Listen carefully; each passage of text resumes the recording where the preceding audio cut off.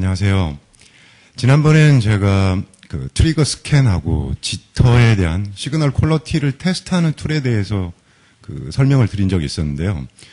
오늘은 제가 제목을 어드밴스드 시그널 인테그리티 툴이라고 잡았습니다. 일반적으로 하이스피드 신호를 다룬다는 얘기는 신호가 트랜시버에서부터 리시버까지 잘 전송이 되고 리시버에서는 그 신호를 정확히 디코딩하는 해서 정보를 사용하는 게 주된 목적이 되겠죠. 그래서 일단 하이스피드 시리얼 시스템들을 디자인하는 쪽에서는 트랜스미터에서 전송된 신호들이 BCB 라인, 또 커넥터, 케이블 등을 통과하고 그 끝안에서도 신호의 품질이 최고의 품질이 유지되도록 해야만 합니다. 그리고 신호가 진행하는 과정에서 지터가 생길 수도 있고요. 노이즈, 또 커넥터에서 신호들이 반사되고 진폭이 흔들리는 그런 문제들이 발생할 수가 있습니다. 그래서 그런 걸 대비해서 트랜스미터에서는 일단 신호가 굉장히 강하고 또 깨끗한 신호를 생성시켜서 채널의 끝에 가더라도 신호의 품질을 최고로 유지할 수 있도록 그 디자인이 되어야 되고요. 또 리시버에서는 일단 최적화되지 않은 그런 커넥터나 이런 데서 왜곡이 발생하더라도 정확하게 그 트랜시버에서 보낸 신호들을 디코딩 할 수 있도록 그렇게 디자인이 돼야 됩니다. 그래서 오늘은 몇 가지 그 아이 다이어그램의 예제를 보여드리고요. 또 완전히 닫혀진 아주 극단적인 경우의 아이 다이어그램까지 보여드리고요. 그런 극단적인 아이가 발생할 수 있는 원인, 그러니까 채널의 응답 특성이나 또 전송된 신호가 채널에 의해서 어떻게 영향을 받는지, 또 심하게 왜곡된 신호를 보정하기 위해서는 트랜스미터에서 또는 리시버 측에서 이퀄라이저라는 걸 사용을 해서 이퀄라이제이션을 하고 있습니다. 그래서 어떤 것들을 사용하고 있는지, 또 그런 신호들을 측정할 때 일단 지금은 하이스피드를 다루고 있기 때문에요. 신호들을 다룰 때 테스트 픽처를 쓰기도 하고 또 SMA 케이블과 같은 그런 케이블을 사용할 수밖에 없는데요. 그런 측정을 위해서 사용된 케이블과 픽처도 또한 신호에 영향을 줄 수가 있습니다.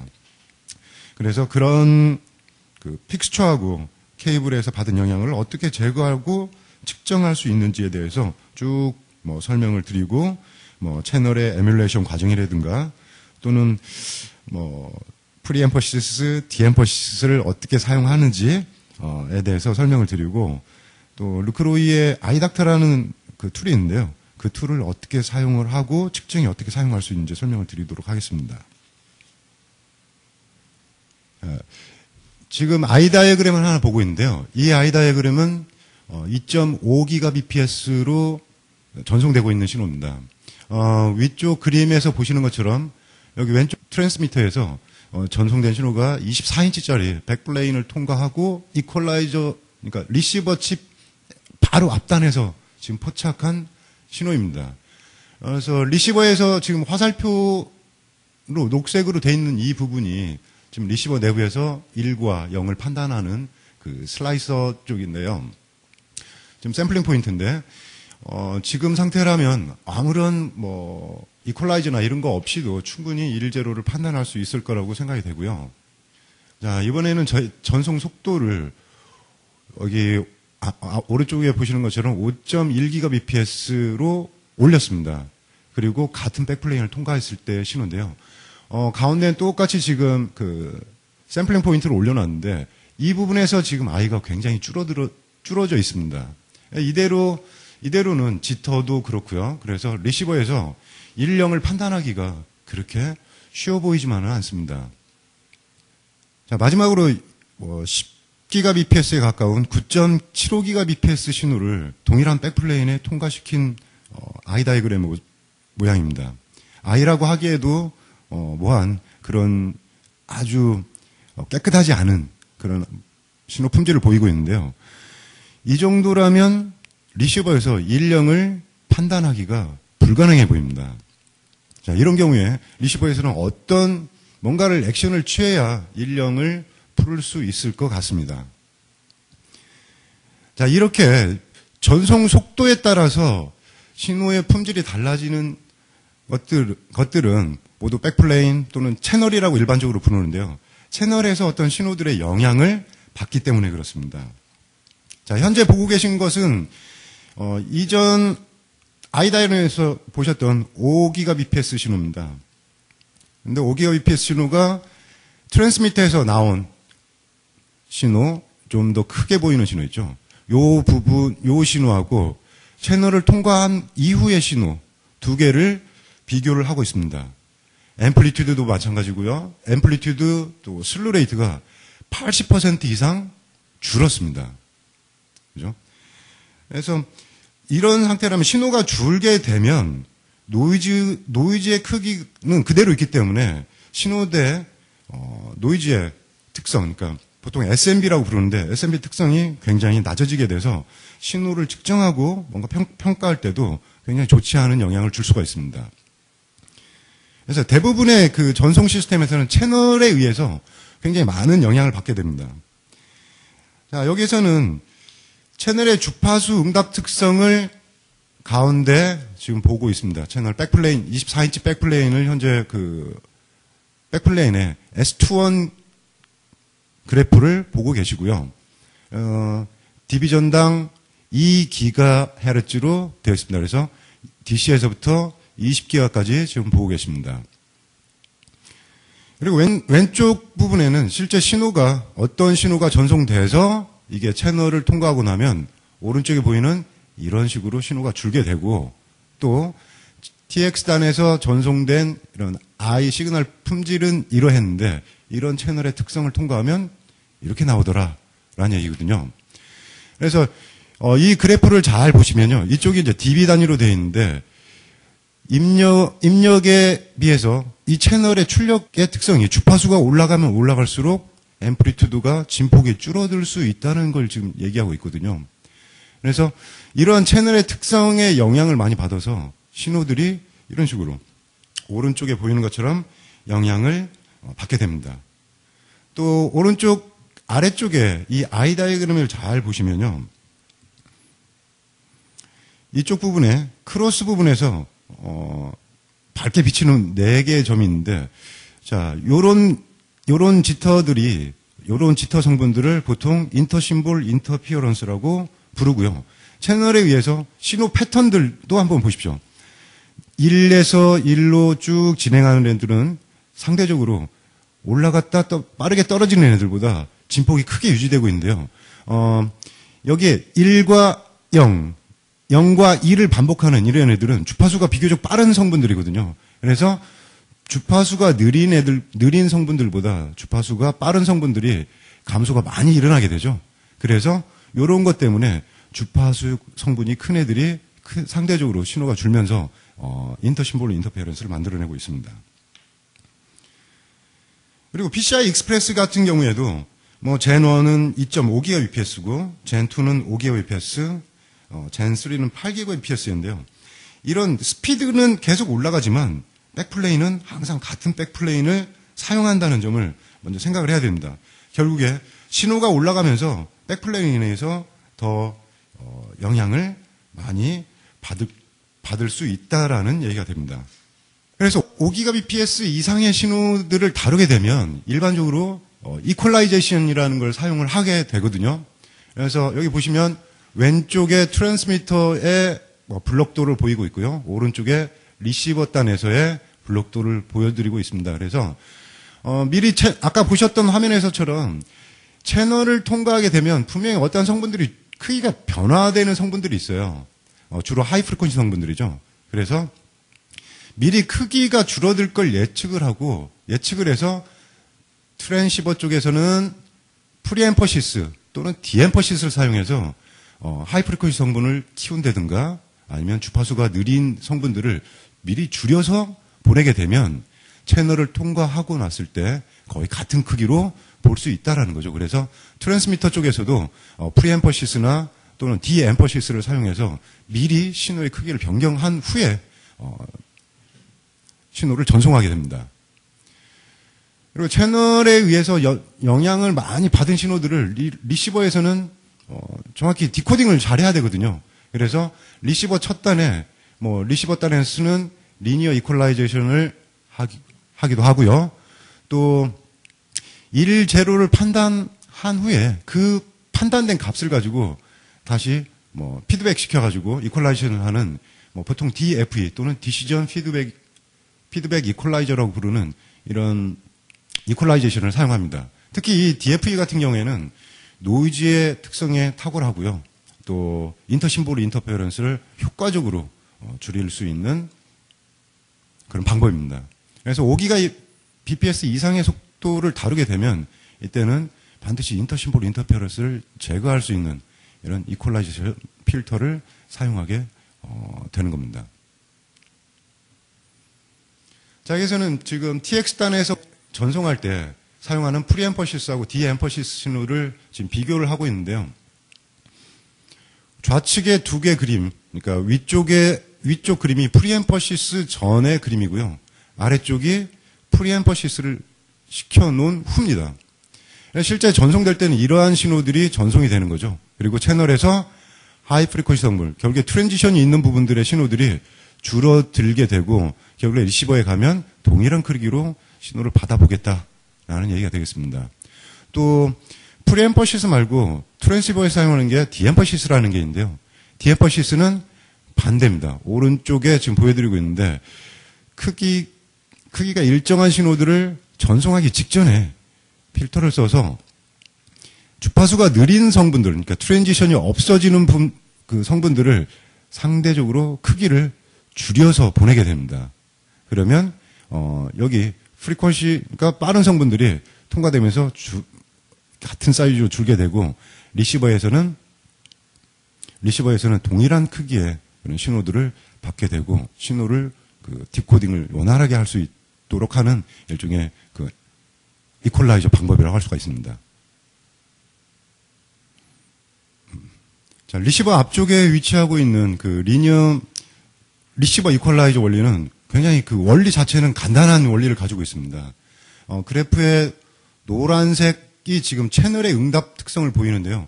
보시다시피 오른쪽으로 주파수가 증가하면 증가할수록 어떻습니까? 게인의 크기가 줄어들고 있거든요. 감쇄가 일어납니다. 감쇄가 뭐 20기가, 10기가, 10기가, 15기가, 20기가 점점 늘어날수록 감쇄가 더 많이 일어난다는 걸 알 수가 있습니다. 그러면 이퀄라이저는 이런 감쇄를 제거하는 거거든요. 그래서 채널이 가지고 있는 응답 특성의 반대 방향으로 줄어든 부분을 키워주겠다는 겁니다. 그래서 우리가 타겟하고 있는 전체적인 그 채널의 응답을 완벽하게 제거를 한다면 여기서처럼 채널 이퀄라이즈 된 이런 신호들은 응답 특성이 아주 플랫하게 이렇게 나오는 건데 이런 응답을 만들어내겠다는 게 이 이퀄라이저의 기본 그 개념입니다. 그래서 여기는 채널에 대해서 드렸던 말씀들을 지금 요약을 하고 있는데요. 채널을 통과하게 되면 주파수가 빠른 애들이 분명히 감쇄가 일어나고 그것 때문에 신호가 왜곡이 될 수 있다는 얘기고요. 그래서 이런 왜곡이 발생한 이런 신호들을 이퀄라이제이션을 통해서 신호를 보상하겠다라는 얘기입니다. 지금 뭐 그림이 6개가 보이는데요. 오른쪽 위에는 아까 봤던 타겟하고 있는 필터하고 채널의 응답을 보여주고 있고요. 그리고 왼쪽에서는 지금 실제 이런 아까 보셨던 채널을 통과하기 이전에 그러니까 트랜스미터에서 나온 신호의 모양이고요. 그 신호가 채널을 통과하고 나면 두 번째 보이는 이런 모양으로 신호가 줄어들고요. 뭐 이런 것들은 분명히 오른쪽 그림에서처럼 신호의 퀄리티는 이런 식으로 보이게 될 거라는 얘기입니다. 그래서 신호가 이렇게 왜곡이 된 신호들을 여기 위에 보셨던 이런 필터 특성을 이용해서 통과시키면 다시 깨졌던 신호들이 조그맣게 됐던 신호들이 다시 키워지면서 리시버 내부에서는 거의 완벽에 가까운 이런 이퀄라이즈된 이런 시그널 품질을 확인하고 1과 0을 정확하게 디코딩을 할 수가 있게 되는 겁니다. 그래서 일반적으로 리시버 내부에서는 뭐 리니어 이퀄라이저하고 디시전 피드백 또는 피드포워드 방법 이런 방법들이 같이 사용이 되고 있습니다.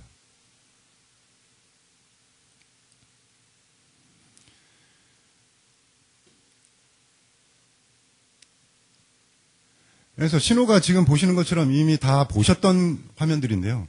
2.5GBps에서는 특별하게 이퀄라이저나 이런 걸 사용하지 않아도 충분히 1과 0을 판단할 수 있고요. 또 5GBps 이상이 되면 대부분 프리엠퍼시스, 디엠퍼시스를 먼저 사용해서 이런 줄어든 인터심볼 인터피어런스나 이런 것들을 제거할 수 있기 때문에 5기가 정도 되면 프리엠퍼시스 또는 디엠퍼시스를 사용하게 됩니다. 그리고 더 나은 그런 디코딩을 위해서 이퀄라이저를 사용하기도 하고요. 또 10기가 이상의, 그러니까 10기가 이상의 신호를 다룰 때는 프리엠퍼시스, 디엠퍼시스는 물론이고 리니어 이퀄라이저 그리고 디시전, 피드포워드 여러 가지 방법들을 사용해서 신호를 왜곡된 신호를 보상하고 디코딩할 수 있는 그런 기술들이 필요하게 되는 겁니다. 지금 오른쪽의 그래프에서는 지금 하나의 채널 특성을 전체를 보여드리면서 그 중에서 2.5GBps일 때 어느 정도 10dB 정도 지금 떨어지고 있다라는 걸 보여주고 있고요. 5GHz에서는 약 20dB 정도 떨어지고 있네요. 그리고 뭐 10기가 이상 되면 채널 특성에 의해서 수십 dB 이하로 수십 dB 이하로 감쇄가 일어난다는 것을 볼 수가 있습니다. 여기는 이제 전체적으로 트랜스미터에서부터 리시버 내부까지 지금 신호의 흐름도를 보이고 있는데요. 트랜스미터에서 프리엠퍼시스 또는 디엠퍼시스를 사용할 수도 있고, 여기 지금 현재 그림은 프리엠퍼시스나 디엠퍼시스를 사용하지 않은 TX에서 바로 전송된 아주 깨끗한 I 다이어그램을 보고 있습니다. 그리고 채널을 통과하고 나면 보시는 것처럼 지터도 증가하고요. I가 이렇게 닫혀지게 되는데, 이런 신호들이 리니어 이퀄라이저 또는 디시전 피드백 이런 이퀄라이저를 통과하게 되면 여기서처럼 닫혔던 신호들이 1과 제로를 판단하기에 충분한 레벨로 이렇게 열려지게 된다는 겁니다. 일단 이런 신호들을 평가하기 위해서는 측정을 하게 되는데요. 정확한 측정을 하려면 일단 뭐 예를 들어서 TX 신호를 보더라도 프리엠퍼시스나 디엠퍼시스가 돼 있다면 이미 신호가 앰플리튜드가 고의적인 왜곡이 된 거거든요. 그래서 이런 경우에 인터심볼 인터페런스가 자동으로 발생을 하게 됩니다.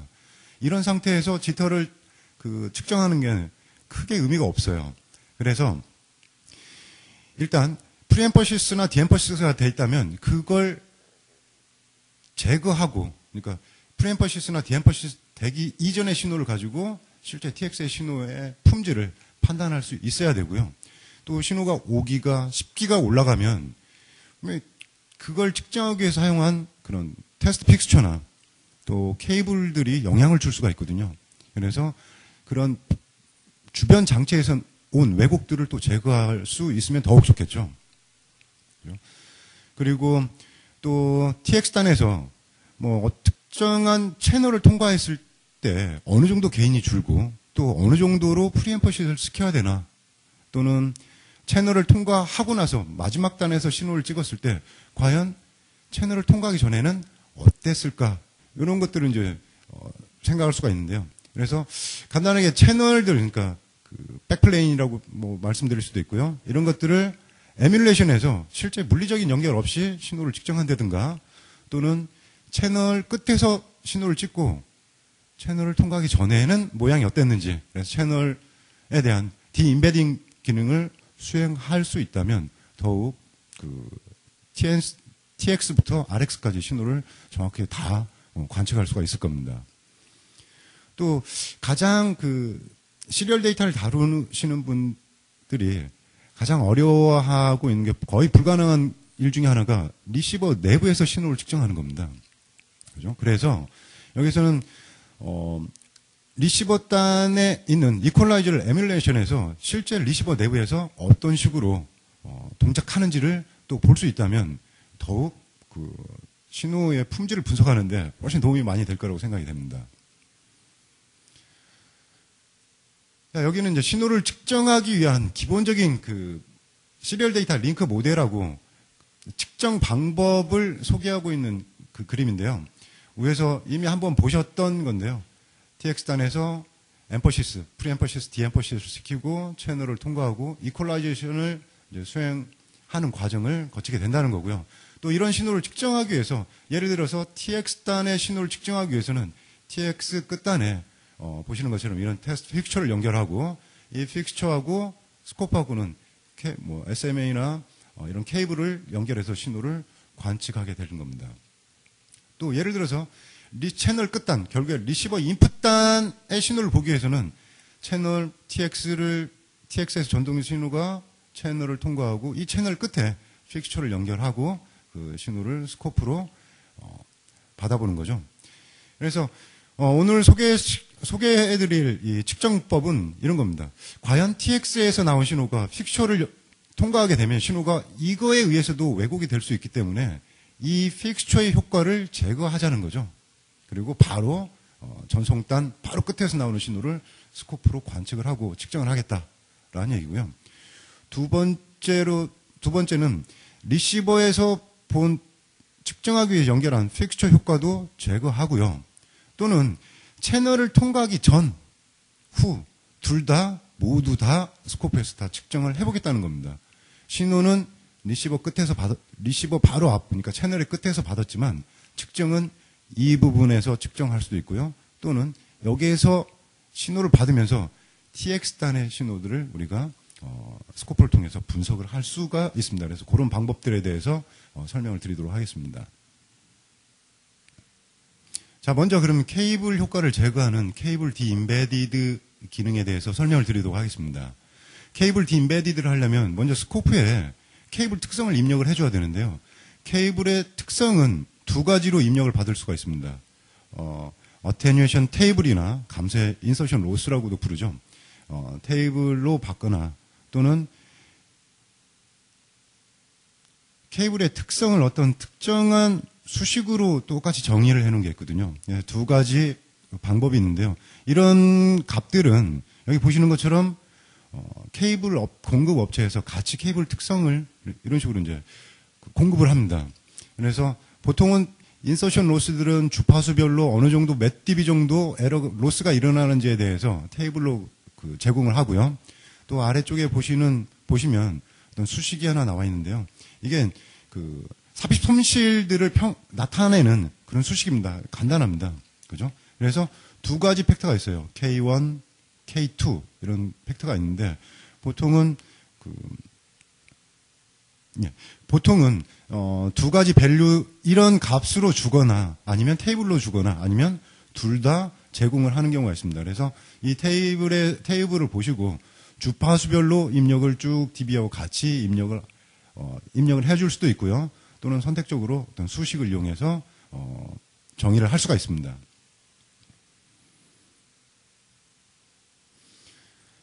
자, 여기에서는 실제 케이블 딤베디드를 수행한 결과를 비교를 한번 해보도록 하겠습니다. 이것은 지금 케이블 효과를 제거하지 않은 상태고요. 라이징 타임하고 앰플리튜드 쪽을 한번 주의 깊게 봐주시고요. 또 이건 이제 케이블의 특성을 직접 입력을 하고 케이블 효과를 제거했을 때의 모양입니다. 그죠? 이전에는 라이징 타임이 굉장히 느리고 앰플리튜드도 작아졌었는데 케이블 효과를 제거하고 나니까 라이징 타임이 굉장히 빨라지고요. 앰플리튜드 원래대로 보상이 된 걸 확인할 수가 있습니다. 그래서 좀 더 정확하게 케이블이 없는 상태에서의 신호들을 오실로스코프에서 측정을 하실 수가 있습니다. 마찬가지로 케이블 효과를 제거했던 것처럼 또 테스트 픽처에 대한 효과를 제거할 수가 있는데요. 테스트 픽처의 특성들 또는 케이블의 특성들은 보통 S 파라미터들로 정의가 됩니다. 그리고 케이블은 이미 말씀드린 대로 어떤 테이블로 제공이 되고요.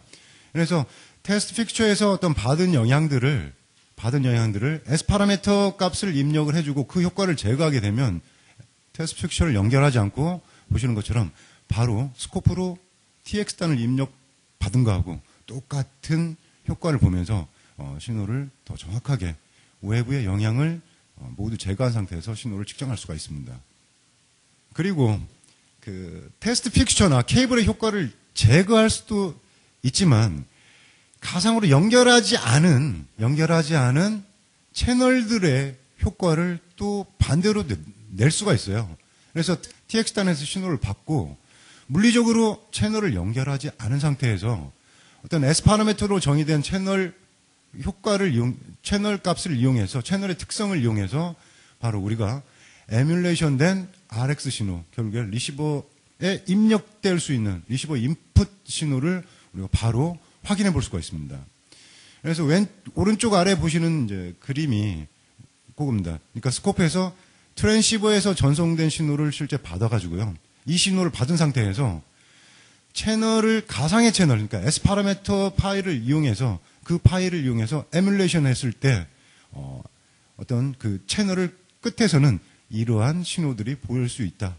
그리고, 이 상태에서 직접 지터도 측정할 수 있고요. 모든 신호들의 품질을 확인할 수도 있습니다.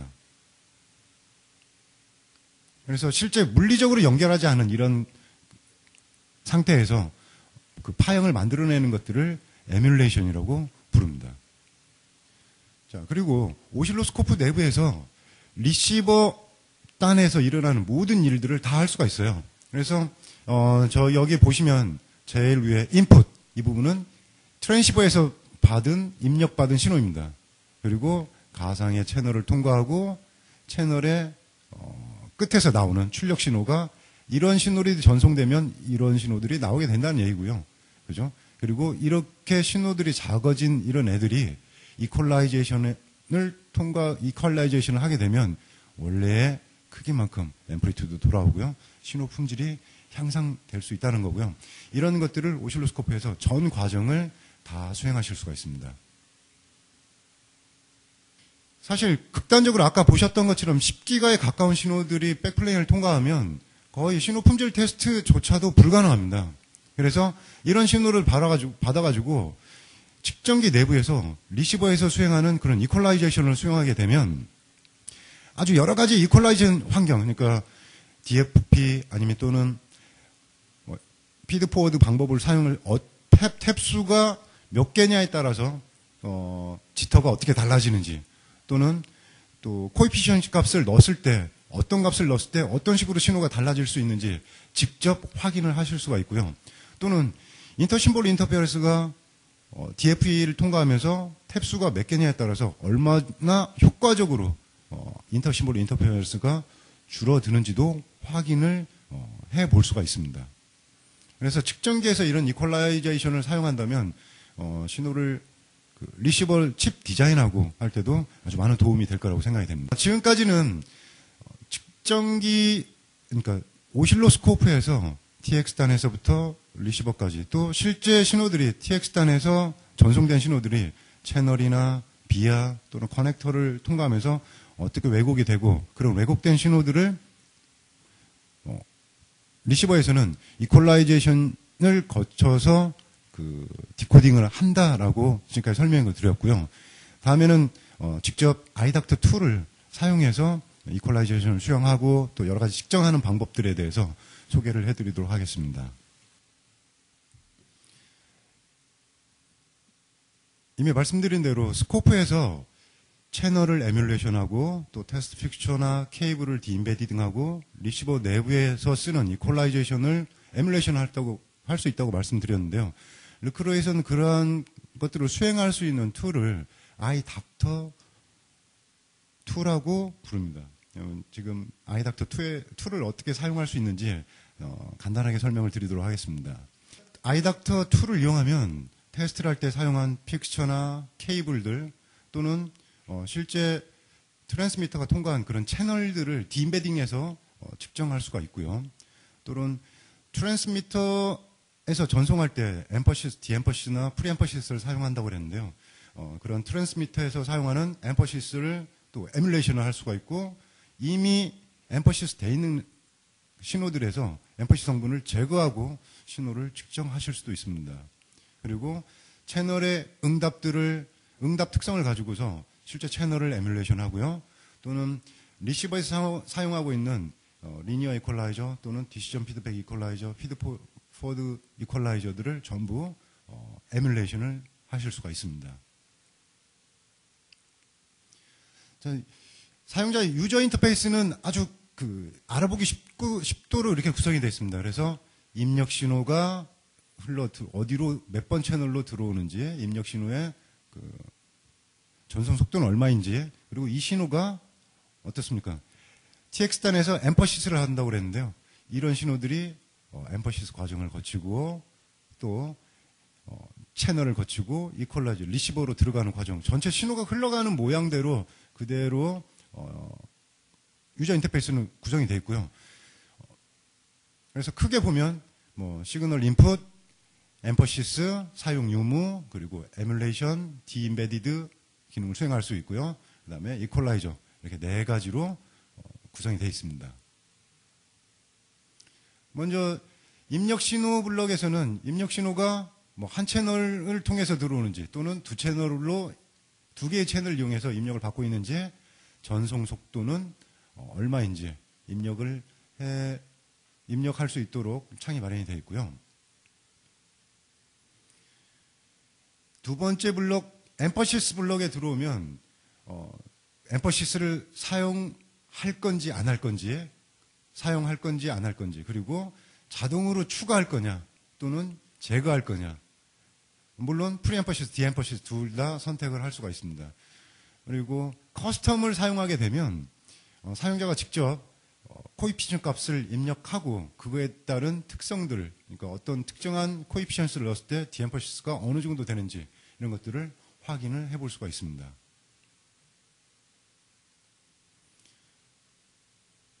지금 이 그림에서는 엠퍼시스에서 원래 신호가 TX에서 전송되는 신호가 지금 디엠퍼시스에서 전송되는 경우거든요.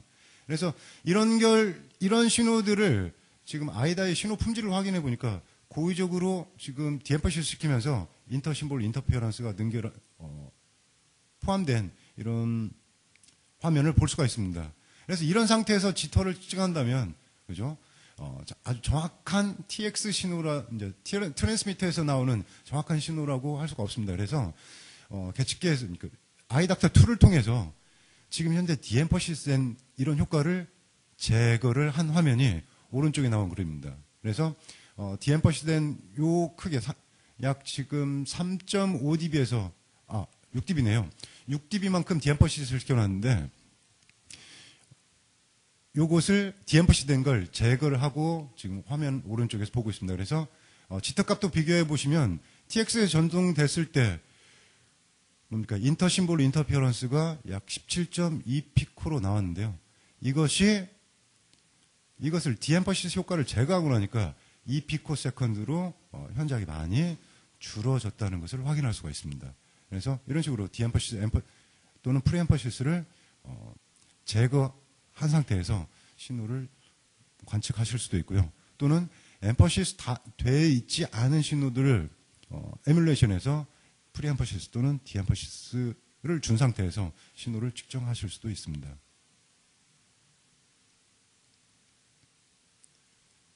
그리고 디임베디드 그 블럭에서는 세 가지의 디임베디드 기능을 제공을 하고 있습니다. 그래서 픽스처만 제거를 할 거냐, 또는 채널하고 픽스처를 동시에 제거를 할 거냐, 아니면 채널을 에뮬레이션하고 픽스처 효과는 없애겠냐, 이 세 가지를 선택하실 수가 있습니다.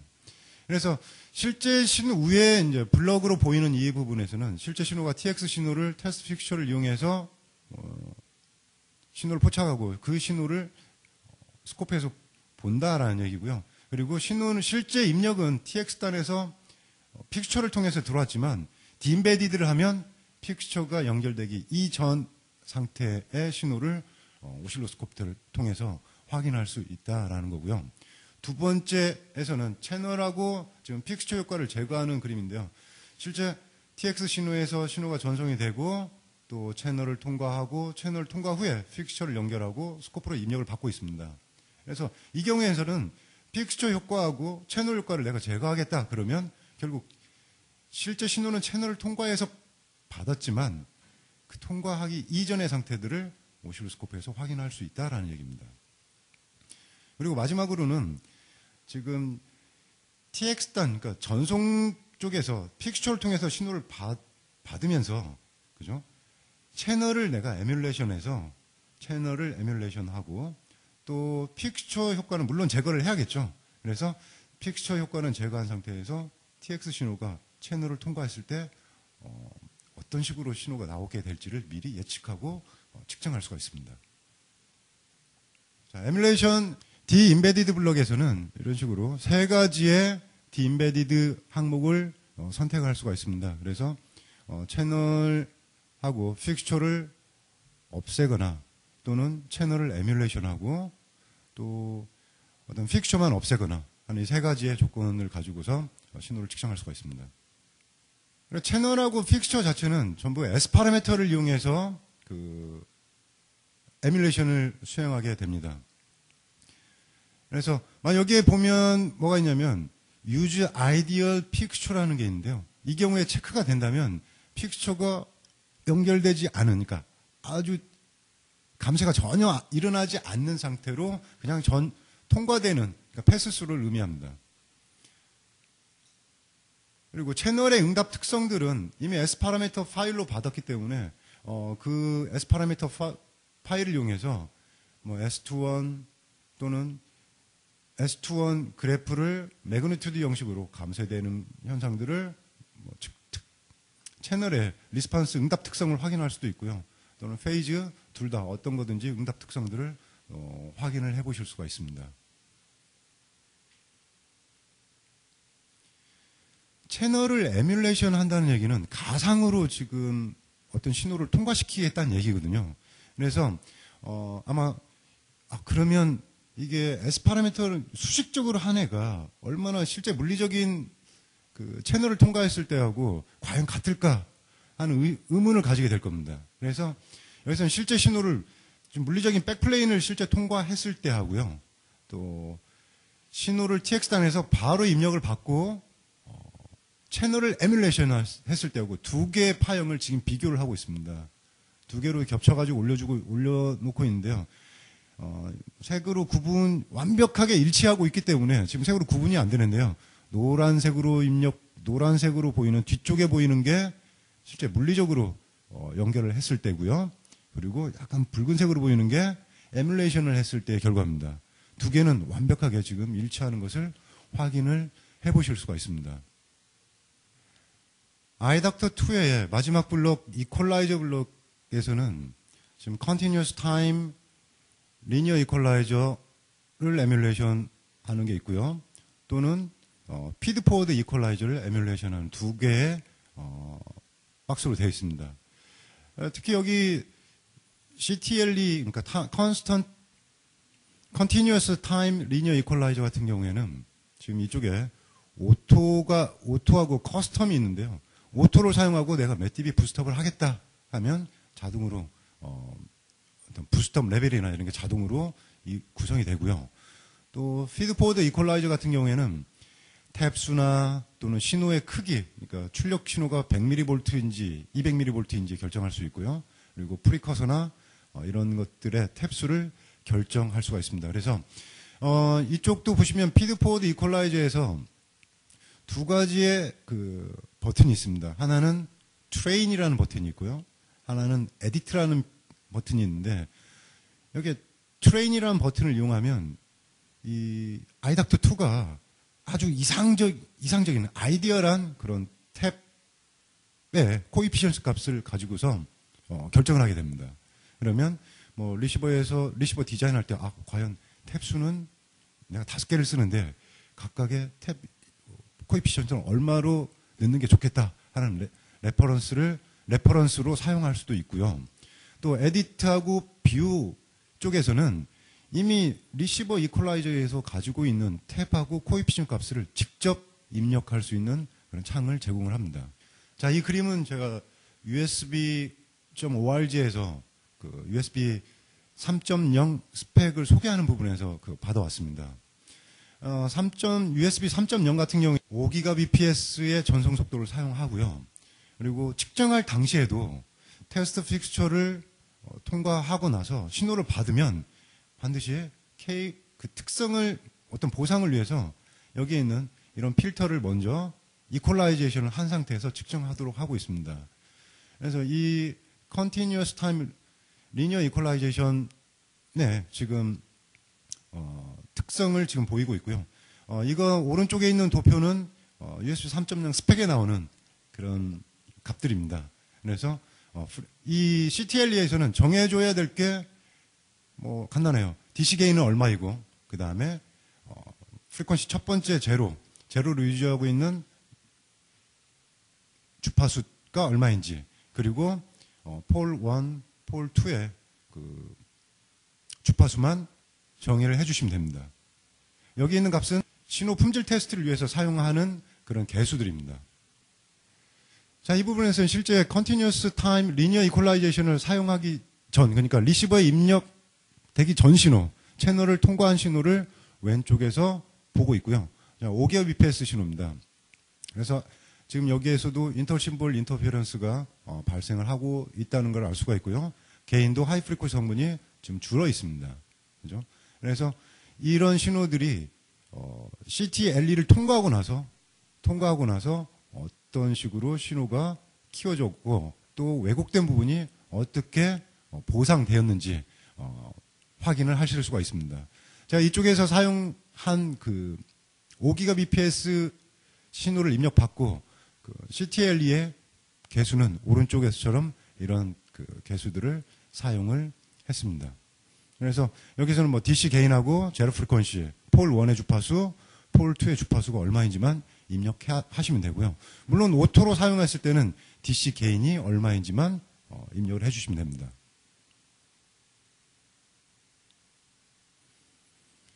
그리고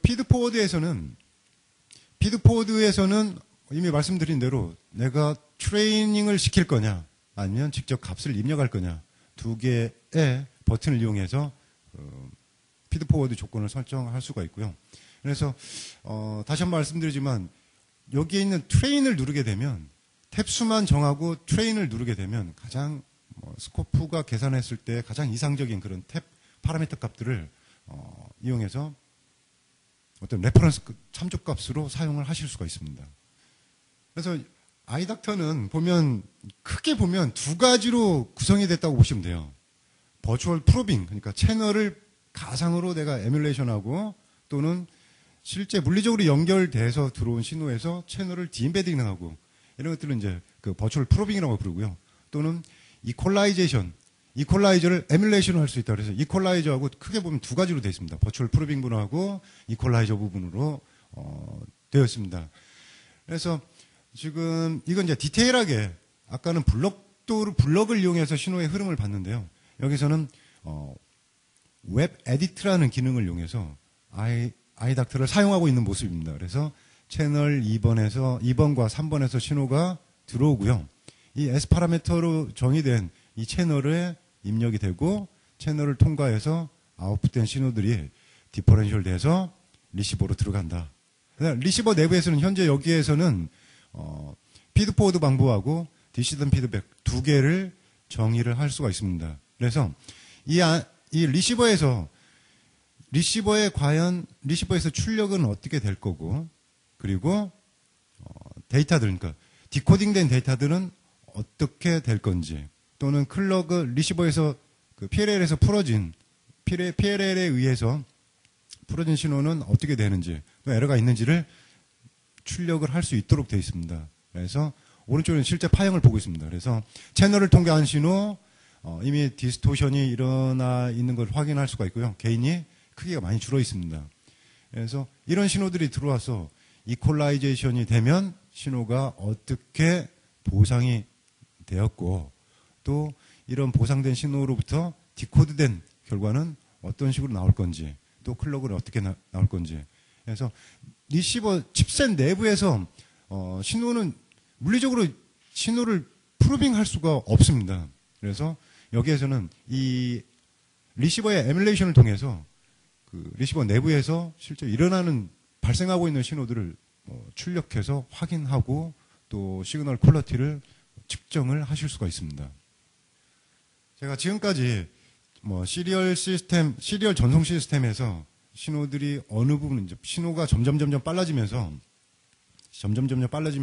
채널에서 또는 커넥터에서 받은 영향들이 많아지고요.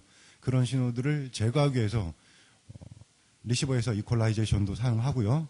여러 가지를 프리엠퍼시스나 또는 디엠퍼시스나 이런 이퀄라이제이션을 한 다음에 신호를 전송하고 또 리시버에서 리니어 또는 디지털적인 그런 필터들을 이용해서 왜곡된 부분들을 보상하고 있다.